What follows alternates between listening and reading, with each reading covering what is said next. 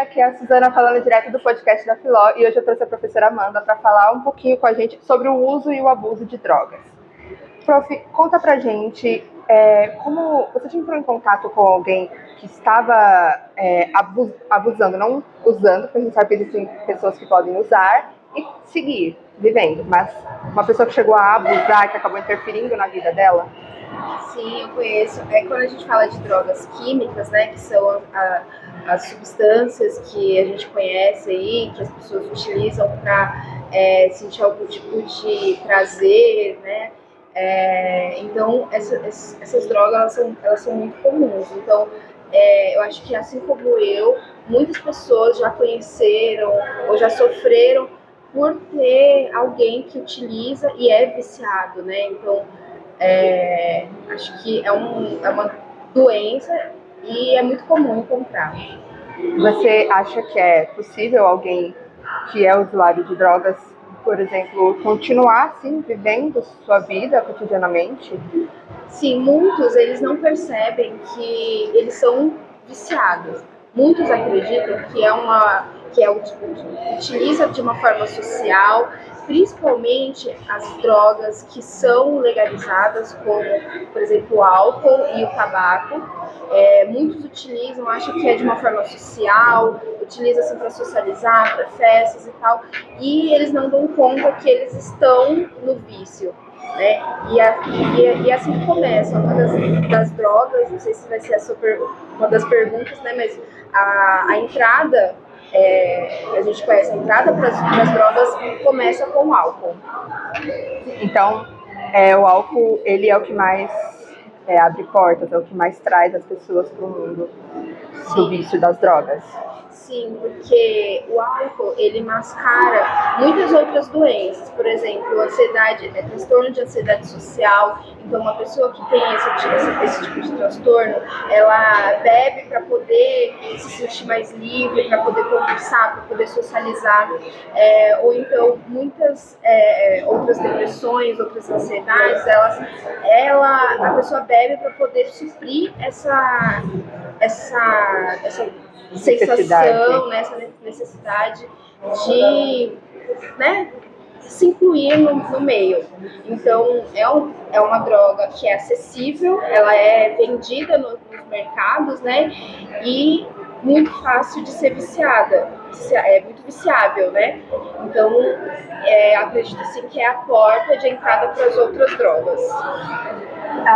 Em relação ao uso de drogas na adolescência, principalmente na fase escolar, como você falou, é uma coisa que as pessoas usam muito mais para se incluir no meio social, né? Porque às vezes tipo assim, meu amigo usou, eu vou usar também. Ou isso está me abrindo portas, está me fazendo ficar mais leve, para poder conversar. Isso. Né? Em relação a isso nas escolas, o que você pode dizer? Sim. Eu acho que é importante, assim como todo responsável, entender e ser firme com o seu filho, né, ou com o sobrinho e tal, que isso é uma droga que vai fazer mal, porque eu vejo que muitos pais, eles falam assim, não, é melhor que esteja comigo, meu filho já bebeu, mas estava comigo, eu prefiro que seja comigo do que com outro.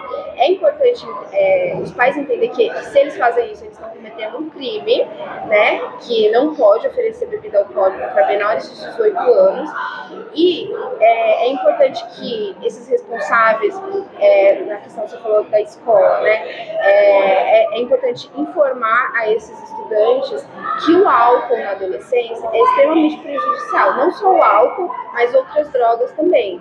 É extremamente prejudicial, porque o adolescente está em formação de todo o seu sistema nervoso, ele ainda está sendo formado, e isso atrapalha o desenvolvimento cognitivo, na questão biológica. Exatamente, na questão biológica é extremamente afetado, e aí esse jovem tem mais propensão a ter mais vícios na fase adulta do que uma pessoa que foi provar o álcool ou outras drogas já na fase adulta. Ele tem mais propensão, sem contar que, como eu comentei hoje em outras salas, que atrapalha o desenvolvimento é comprovado que a morte celular acelera a morte celular dos neurônios. E os neurônios são células nervosas, né? Então, tem bastante neurônio no cérebro e no corpo.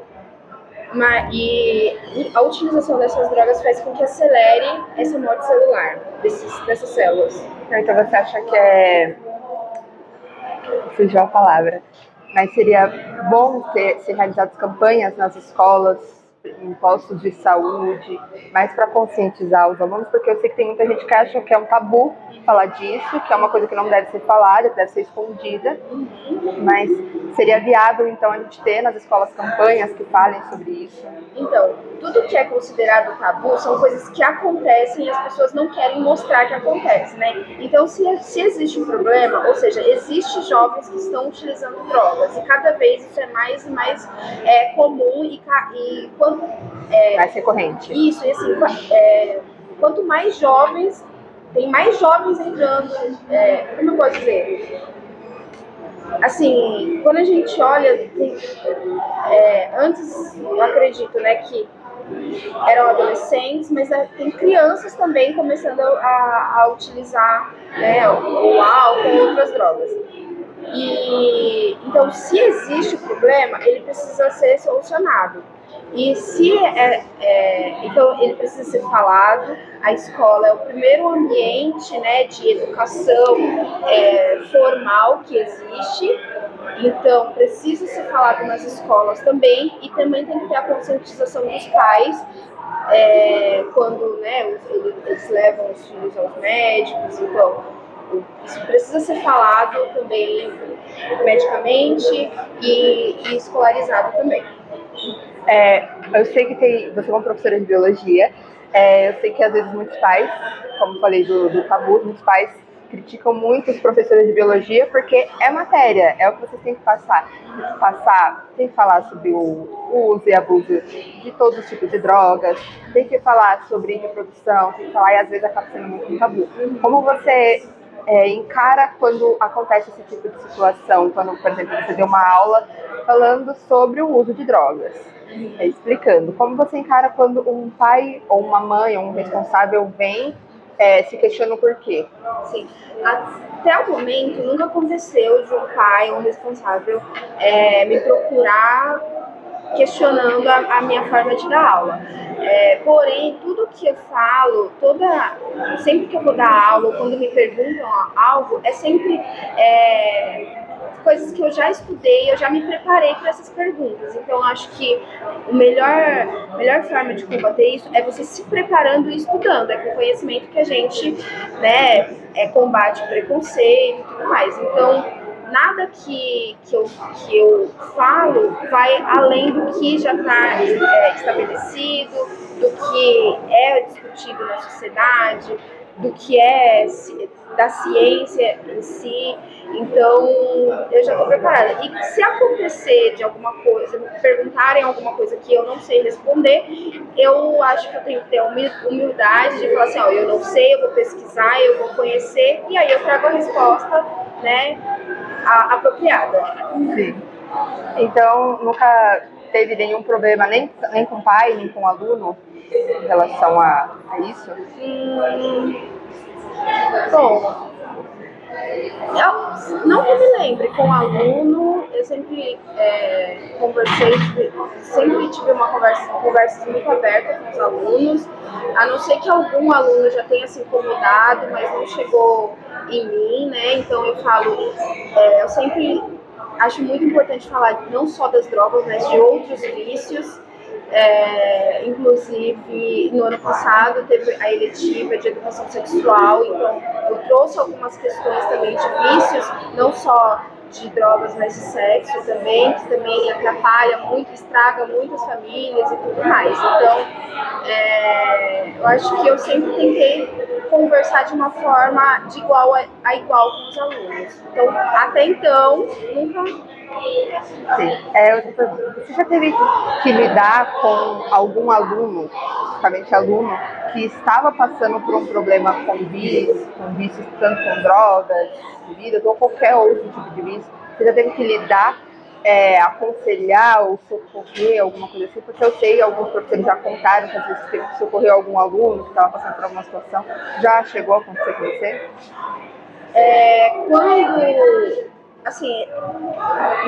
Quando a pessoa é viciada, ela não consegue falar diretamente, principalmente vocês que são muito jovens, vocês não conseguem falar, sou viciado em tal coisa, sou viciado, é muito difícil, mas a gente consegue perceber algumas coisas. Por exemplo, o uso de celular.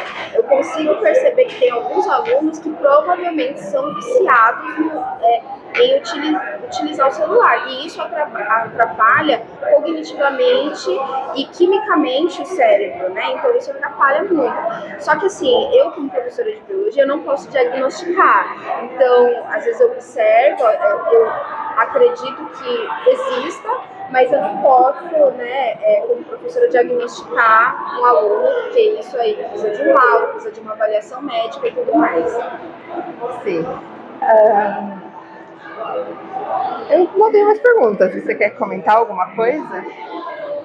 É isso de aconselhar, né, que jovens não provem, não utilizem nenhuma substância. Incentivo a não usar. Não utilizar.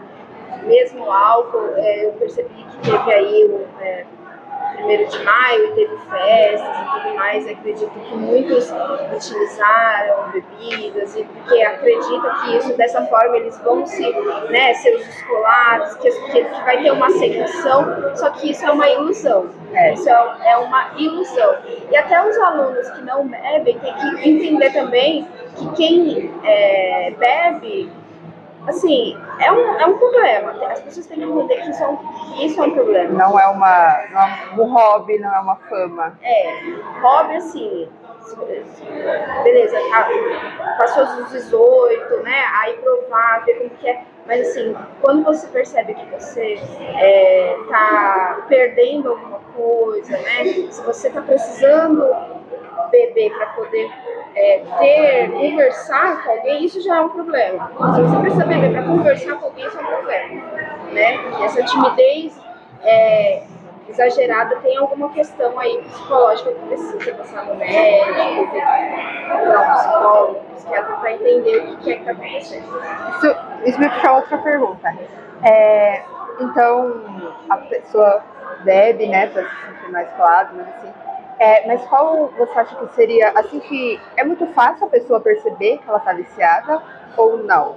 Gente, vai me levar para outra pergunta. Não é fácil a pessoa perceber que ela tem um vício. Muitas das vezes os familiares ou os amigos muito próximos que percebem, porque a pessoa que bebe, ela começa a trazer problemas, né? Então, ou fica agressivo, não só com bebida, né? Com todas as outras substâncias. Ou fica agressivo, ou fica parado demais, só quer dormir, essa questão, né, meio depressiva e tal. Então, às vezes, os familiares percebem e tentam procurar ajuda ou conversar, e a família muitas vezes não está preparada e não entende, acredita que aquilo é culpa da pessoa, e aí quer briga, e é aquela situação de desentendimento familiar. Então, aqui no Brasil, por exemplo, é uma coisa que é muito forte. As famílias, elas são muito desunidas, né? Então, não há essa conversa aberta, não procuram médicos, não procuram especialistas, então acaba tendo esses conflitos. Sim. E depois que vamos supor que uma pessoa conseguiu reconhecer sozinha ou que a família informou, para ela sair disso, seja muito mais complicado do que entrar. Mas se ela reconhece, alguém contou para ela reconheceu e ela quer sair, quais seriam os meios que ela poderia buscar para isso? Ela precisa procurar, se ela não tiver um convênio, né? Acho que principalmente procurar o Sistema Único de Saúde, que é o SUS, procurar atendimento, primeiro vai tentar um atendimento clínico, e aí contando com o médico, né, o clínico geral, ele vai dar um encaminhamento para o especialista, ou para o psiquiatra, para o psicólogo, para poder essa pessoa se tratar dessa doença. Mas assim, cada caso é um caso, esse é o mais geral, né? Eu acho que cada nível, cada grau de vício é um, também tem as pessoas que têm vício do quê? Qual é a droga que aquela pessoa está usando? Tem drogas que a pessoa utiliza e vicia naquele mesmo momento que ela experimentou pela primeira vez. Exatamente. Então, tem que ser avaliado com o médico. Né? Mas ela deve procurar ajuda médica. Não, assim, eu acredito, né, que a crença da pessoa pode ajudar, né, mas principalmente a pessoa tem que entender que isso é uma questão de saúde. Que tem que ser tratado com o médico. Tem que ser tratado com um médico. É como falam que amigo não é médico. Amigo não é médico, igreja não é médico, mãe e pai também não é médico. Eles podem, tudo isso que eu falei pode estar lá para te ajudar a sair. Um amigo, uma igreja, um pai, uma mãe, um namorado, uma namorada pode estar lá para te ajudar a sair. Mas principalmente a pessoa precisa procurar ajuda médica. É isso, eu quero que você volte para a parte 2, que o nosso tempo está ficando corrido. Mas muito obrigada pela sua participação. Obrigada. E logo, logo volto para a parte 2. Obrigada. Obrigada, pessoal. Fiquem com o próximo episódio.